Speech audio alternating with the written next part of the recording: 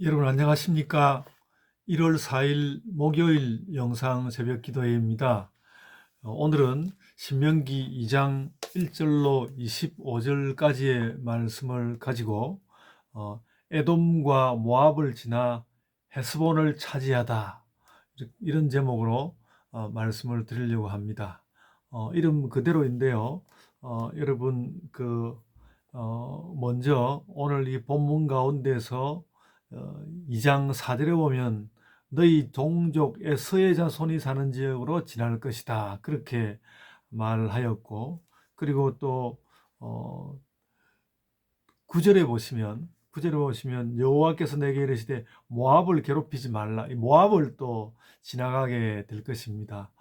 에서 종족이 사는 곳은 에돔이고, 그리고 또 모압을 지나가게 될 것이고, 그런 다음에 또 다시 19절을 보면 암몬족 속에게 가까이 이르거든 그들을 괴롭히지 말고 그들과 다투지도 말라. 그러니까 이 에돔, 모압, 암몬 세 나라를 동족 내지는 가까운 그 피부치 종족으로 생각을 하여서 그들을 괴롭게 하지 말라고 하였고, 반면에 헤스본 왕, 아모리 사람이 나올 텐데 아모리 사람이 있는 헤스본 왕하고는 다투어서 그 땅을 차지하라고 했는데요. 그 헤스본 땅이 말하자면 나중에 역사적으로 더 시간이 흘러가고 난 뒤에도 요단강 동쪽 땅, 그러니까 르우벤 지파와 므낫세 반 지파가 살게 될 그 지점이라고 생각하시면 됩니다.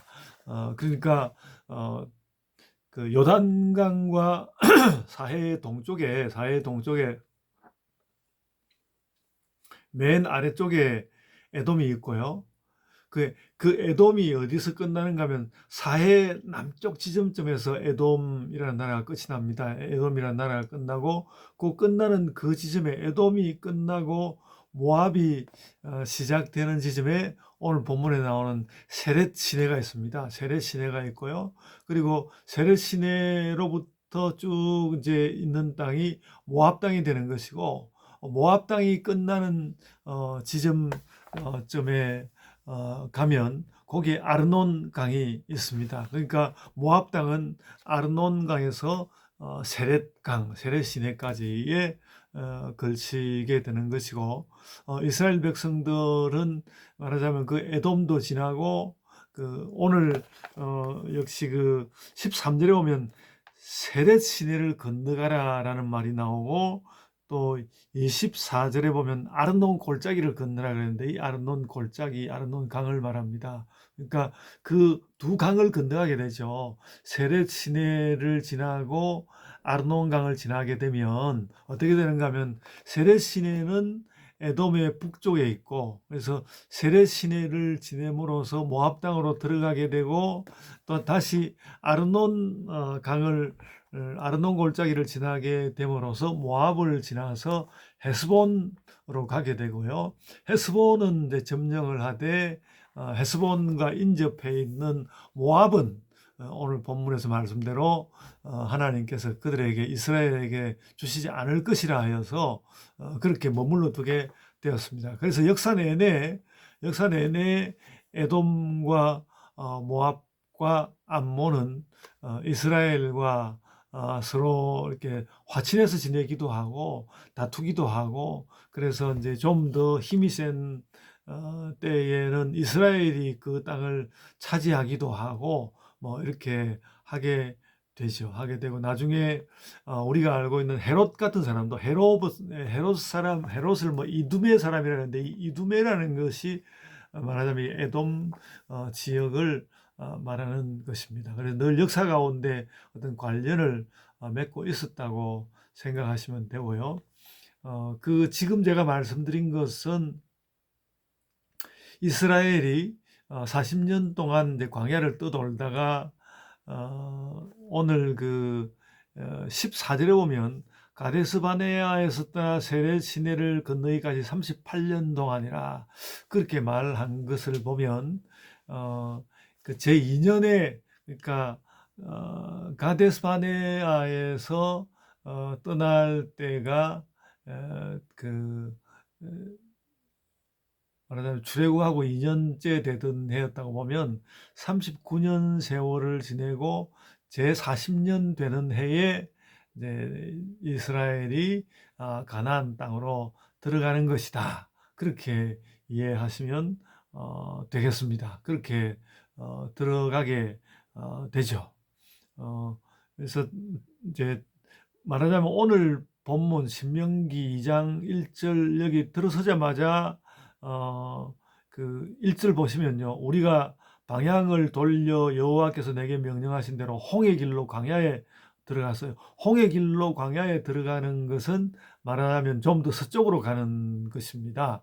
그러니까 세일산 산지, 제가 지도를 이제 통에다 띄어놨는데요. 세일산 그 산지에서 좀 더 서쪽으로 가게 되어 있는 길이 홍해 길이고요. 그 홍해 길을 통해서 광야로 들어갔고, 광야로 들어가서도 여러 날 동안 세일산을 두루 다녔다 그랬는데, 말하자면 그 사해 남쪽에서 쭉 아래로 번져가면서 그 홍해에 이르는 그 지역이 세일산지라고 할 수 있습니다. 그러니까 세일산은 생각해 보면 에돔의 대부분을 차지하는 그런 지역이다 이렇게 생각하시면 되겠고요.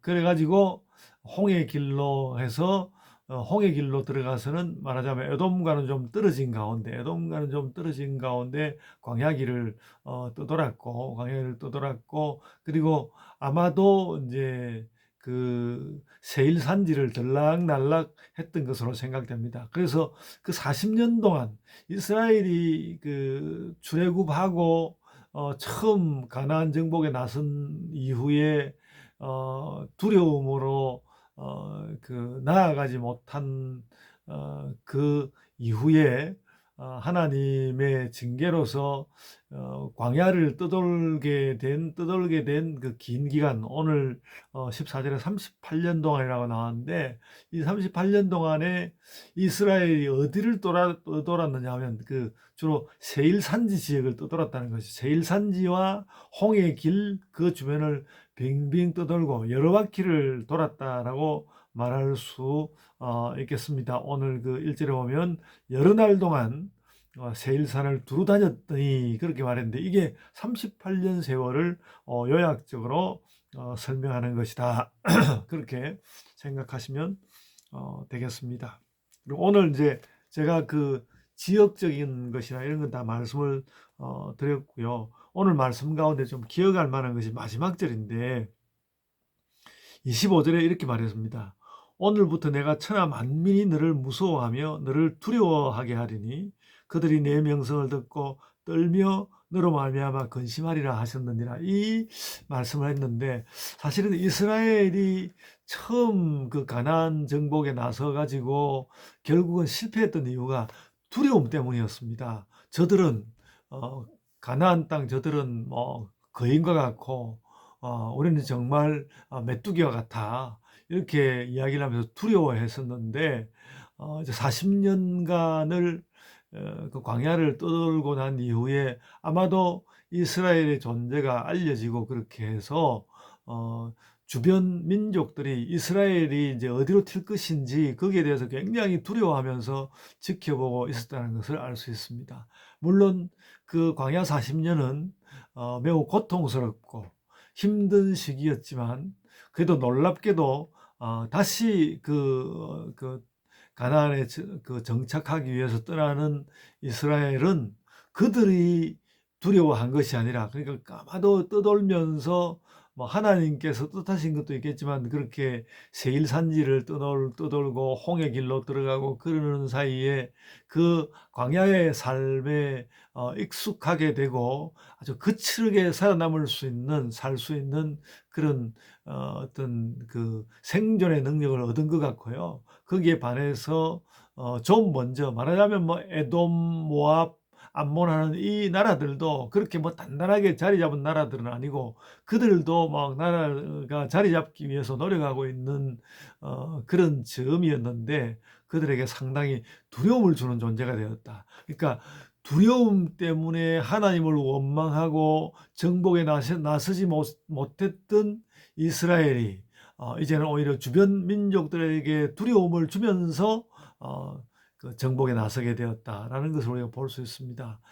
우리는 뭐 복음을 전하는 것은 두려움을 주는 것이 아니라 사랑을 전하는 것이지만, 그래서 우리가 사랑이 부족하고 우리 주변 사람들이 우리를 사랑해 주지 않는 것에 대해서 두려워하다가 이제는 오히려 우리가 그들을 사랑할 수 있는 존재가 되어서 우리들이 복음에 나서야 하겠다, 그런 결심을 오늘 나누었으면 좋겠습니다. 긴 시간 정말 징계의 40년, 허비하는 40년인 줄 알았는데 이 이스라엘이 주변 민족에게 두려움의 존재가 되었다는 것은 상당한 의미 있는 진전이다라는 생각이 들고요.